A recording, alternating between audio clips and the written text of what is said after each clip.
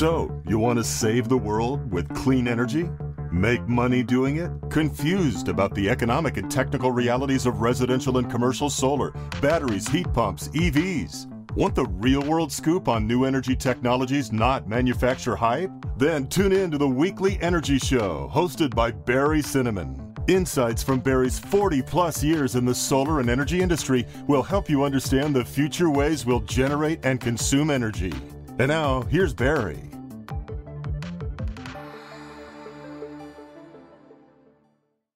So welcome to this week's Energy Show. Now, there's a new type of utility in town. Now, utilities, just, for people who aren't really clear about that, generate power, they purchase power from merchant power producers, and they distribute electricity to businesses and homes. Now, there used to be only two types of utilities. One is called an investor-owned utility. That's kind of the dominant form. Those are owned by stockholders, and PG&E is a good example of that. By the way, PG&E is the best investor-owned utility I've worked with around the country, even though they're not perfect when it comes to solar. Now, the other kind of utility, historically, has been a municipal utility. These are owned by cities and communities like Silicon Valley Power in Santa Clara City or the City of Palo Alto Utilities. Now, here's the thing. With IOUs, or investor-owned utilities, they try to maximize their profits. They're working for their stockholders. Their executives get bonuses when they hit their profits. They don't provide inexpensive electricity, and they're opposed to customers installing their own solar panels and batteries because that encroaches on their revenue and their profits. They spend millions of dollars on electric rate cases to maximize their profits, often at the expense of solar and battery storage customers. Are trying to do away with net metering, shifting peak times to the evening when the sun's not shining, doing all kinds of things like that. And I've been battling utilities over rooftop solar here in the Bay Area for almost 20 years. Now, there's a new kind of hybrid utility called a Community Choice Aggregation Utility, or CCA. Now, CCAs buy power from large solar and wind farms, as well as other power plants in the evening. And they distribute this power over the existing utility lines. So the existing utility, in our case PG&E, does the billing and maintains the power lines. And since the CCAs aren't trying to maximize their profits, they can offer slightly cheaper electricity. And they have a much better deal for solar customers. So Silicon Valley Clean Energy is the new CCA serving most of the Silicon Valley area. My guest on this week's show is John Supp, Manager of Account Services at Silicon Valley Clean Energy. And John has a great background that combines behind-the-meter solar and distributed energy with clean energy utilities. So welcome to the show, John. Hey, thank you for having me. All right, great. Well, kind of a big intro there, but tell me a little bit more in your words what a community choice aggregation organization is. That's a great question. So what I love about community choice energy or community choice agencies is that it really gives a city and it gives the residents and businesses in a city a voice for how power is priced, a voice for which power is bought, and then a voice for how additional revenues, if any, are reinvested back in the community. And so at the end of the day, this is all about giving the people in the community a way to make an impact in something that they really have not had much of an impact in before.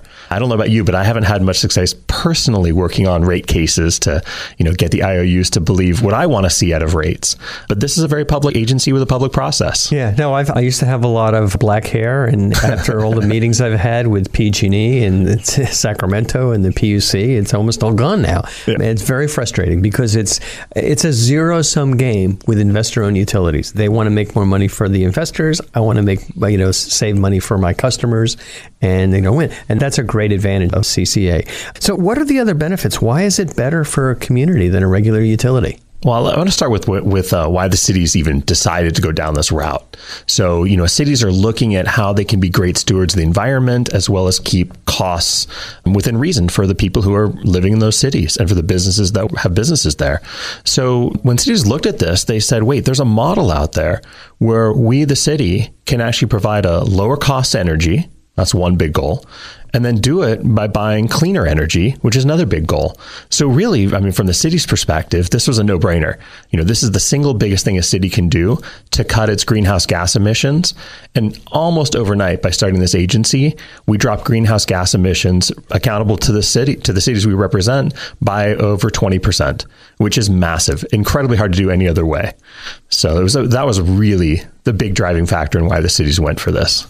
So, in my experience, most people are interested in saving, in the environment, lowering greenhouse gas. But then when you start to put a price on it, it's like, well, solar is going to reduce greenhouse gases, but it's going to cost you, $5,000. And like, well, I can kind of do without it. What are the other benefits of CCAs? Are there any economic benefits? Absolutely. So it's funny, when I started with the solar business back in 2001, so I also had more or less gray hair back then.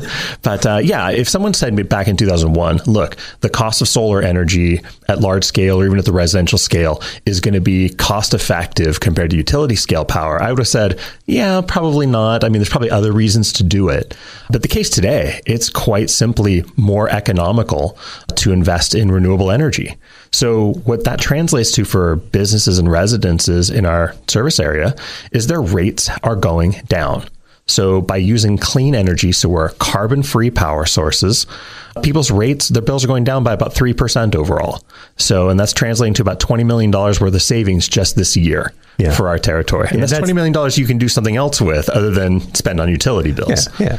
I mean, it's amazing. On the other hand, I kind of historically look at what happened with electric rates in California since 2001, and they've consistently, not consistently, but they've bounced up and down, averaging maybe a 4 or 5 or 6% increase compounded every year. So it keeps going up. Now, one quick question. So you're providing clean energy.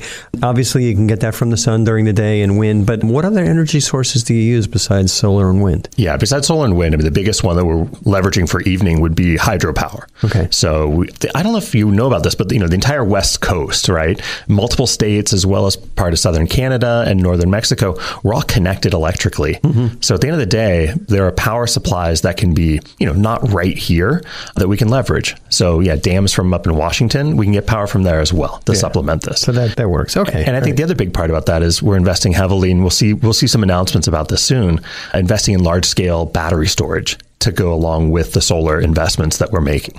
Yeah, the battery stuff makes such total sense, both from a behind the meter, residential and commercial customer, and also from a utility. And it just also adds a lot of resiliency. So what areas does Silicon Valley Clean Energy cover? Yeah, so we cover Santa Clara County. So there's 13 communities within Santa Clara County that we represent. They don't include San Jose, who's doing their own agency. Mm-hmm. So great for the people in San Jose, they're going to get their own agency.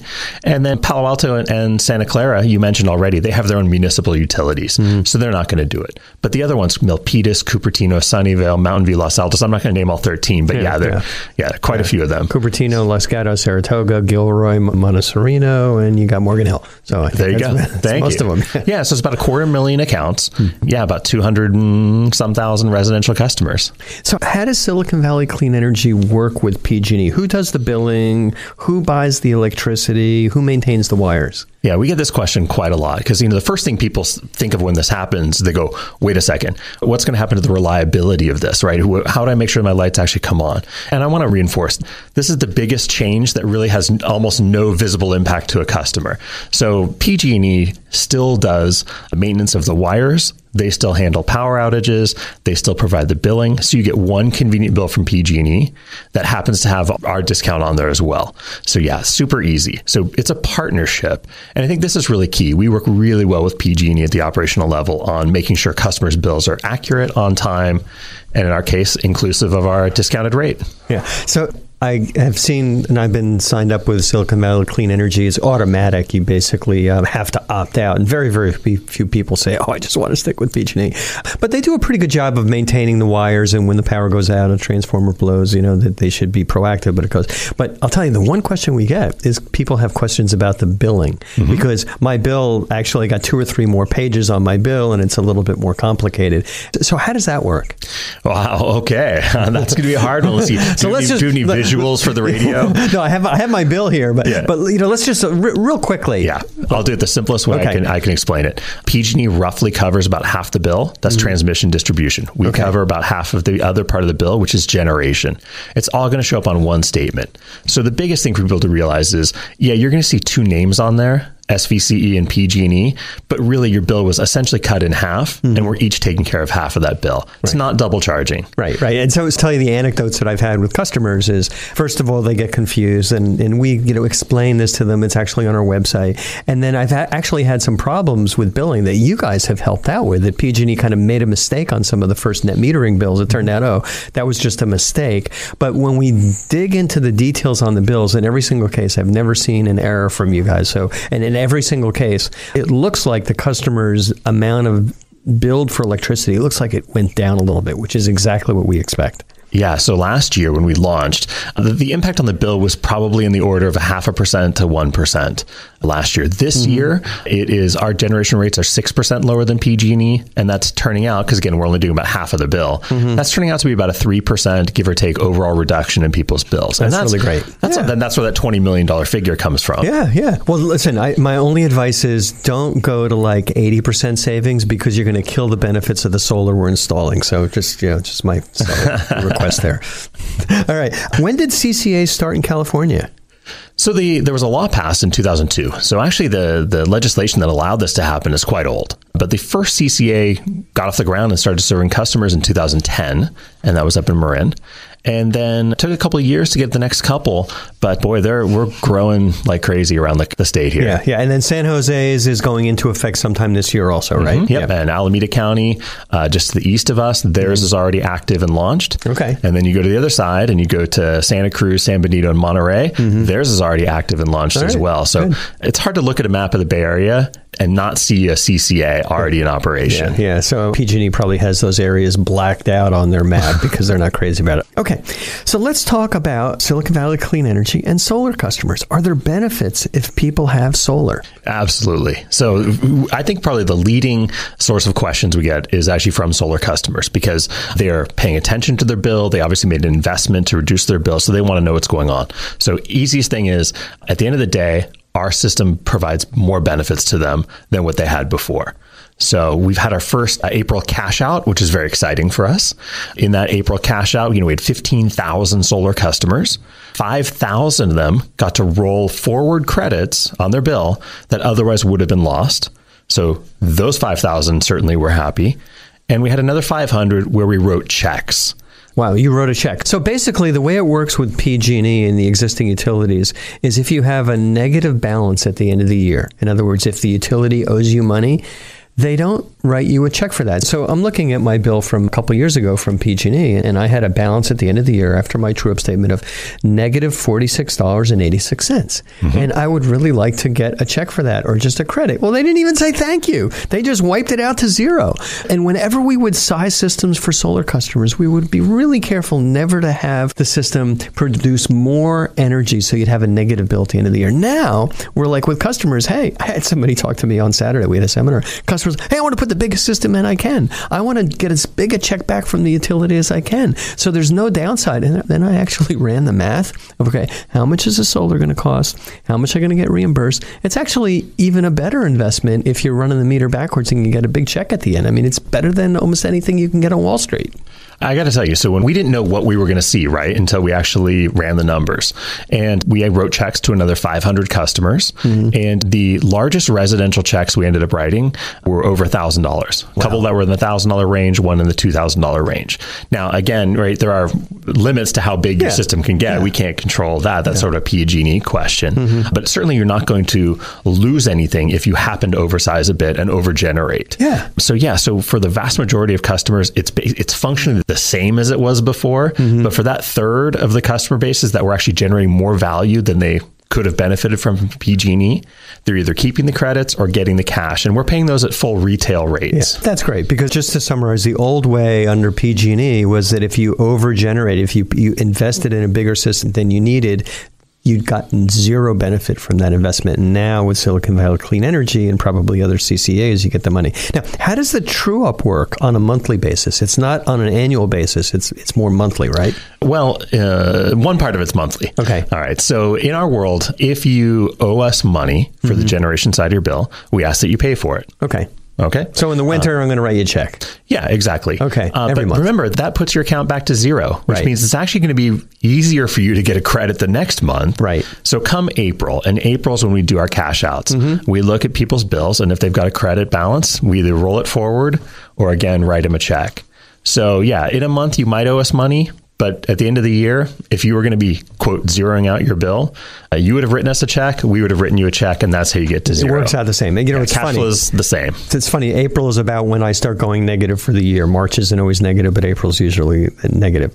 Okay, so the maximum check you wrote is $1,000. That's really terrific. It was actually $2,000. $2,000. We did have some $5,000 checks, but those were for commercial customers. So slightly different. We will write a check for up to $5,000. Up to $5,000. Right. I saw that in details. That's really, really cool. Now, you mentioned a little bit about battery storage. How do battery storage systems affect my service with Silicon Valley Clean Energy? Does that give me any extra benefits with the way you work?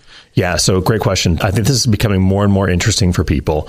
I think you already mentioned a little bit earlier about, hey, there's certain times of the day where energy is valued more highly, right? And for some of the people that are paying attention, that's going to change. That window is changing over time. And so having storage is going to let you harvest that energy you collected from your solar system, say, in the middle of the day, and then maybe discharge that energy later in the day when it's at peak, when it's worth more money. So we see the future. We call it sort of this future fit concept, right? Where homes having solar, storage, EVs, and so on. We absolutely see storage as a key component in that, because you're going to want to generate that power from your solar during the day, but then use it when it's most useful, which might be later in the day when the sun's going down. I mean, that's exactly what many of our customers are doing. 90% or more of our customers are interested in a storage battery, and we're closing about 30% of the customers with the battery, because the battery is a little expensive, even though there's a $3,000 rebate. But the other advantage of the battery is it provides backup power. So on the one hand, I was surprised that the biggest benefit that people perceive with a battery is they get backup power. And there's a lot of blackouts. I mean, I've had 5 over the last 18 months. But on the other hand, looking at the money savings, most of our customers, the best rate to go on is the EV rate. So in the morning and until about 2 or 3 o'clock, the electric rate is 25 cents a kilowatt hour. But from about 2 or 3 o'clock to 9 p.m. at night, electricity is 45 cents a kilowatt hour.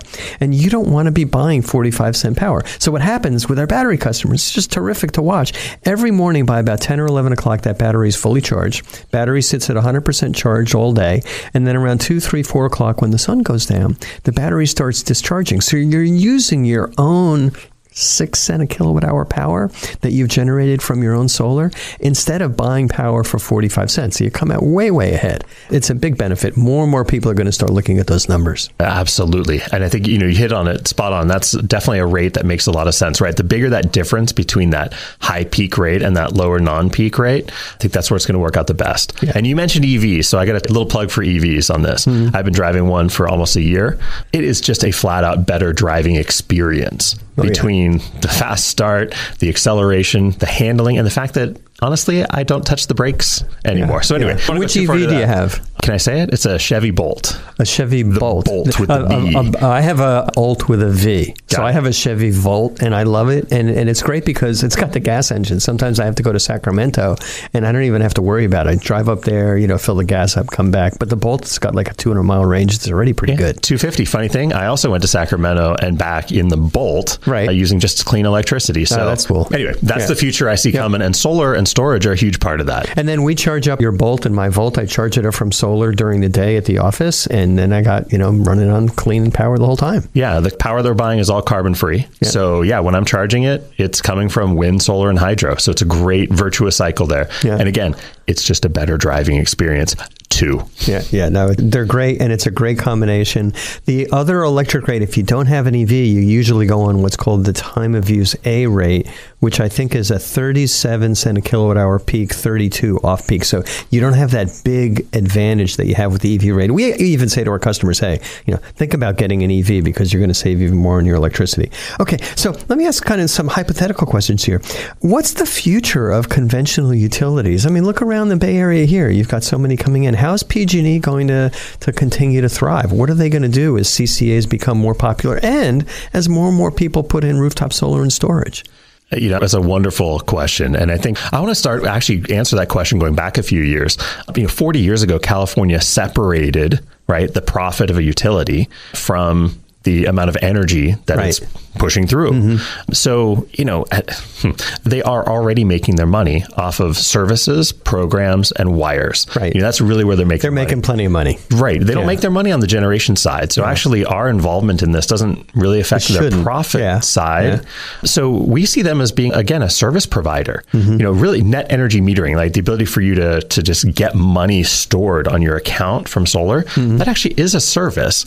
And we actually see, many more services potential for utility like that. Why do you own the battery, or why does your customer own the battery? Maybe that's actually something PG&E will do in the future. Yeah. Well, I kind of look at it from the standpoint is they always want to maximize their assets because they get a guaranteed profit, 10 or 11% on their net assets. So whether they put a battery in or a homeowner puts a battery in, obviously they prefer if they put the battery in, and they're fighting really hard on that. But, it's an inexorable trend towards more distributed generation, more storage, more solar on rooftops. So let me ask you a question. How can people get in touch with Silicon Valley Clean Energy? The easiest way is on our website. Okay. So Silicon Valley Clean Energy, so it's svcleanenergy.org, or you can call us toll free, which is 844-474-7823. All right. And then just to reiterate, if you're in Santa Clara County, not Palo Alto, not City of Santa Clara, you're pretty much automatically go on to Silicon Valley Clean Energy unless you opt out. And I have no idea why anybody would want to opt out. Yeah, it's a tiny, tiny, tiny percentage of people. Some people just don't like being forced to do something, even though it's cleaner and saves money. Yep. They just didn't like the process. Yep. But we expect to see them coming back. Yep. And I can tell you right now, the future is electric. Oh, yeah. There's no way around that. That's the way the movement's going. So everything's electric, and that's why people need backup power so much. All right. Well, that's all the time we have on this week's Energy Show. Thanks, John, for joining us today. And thanks to all of our listeners for tuning in. And if you missed any of today's show, you can always go to our website at cinnamon.energy and listen to the podcasts. So, you want to save the world with clean energy? Make money doing it? Confused about the economic and technical realities of residential and commercial solar, batteries, heat pumps, EVs? Want the real-world scoop on new energy technologies, not manufacturer hype? Then tune in to the Weekly Energy Show, hosted by Barry Cinnamon. Insights from Barry's 40-plus years in the solar and energy industry will help you understand the future ways we'll generate and consume energy. And now, here's Barry.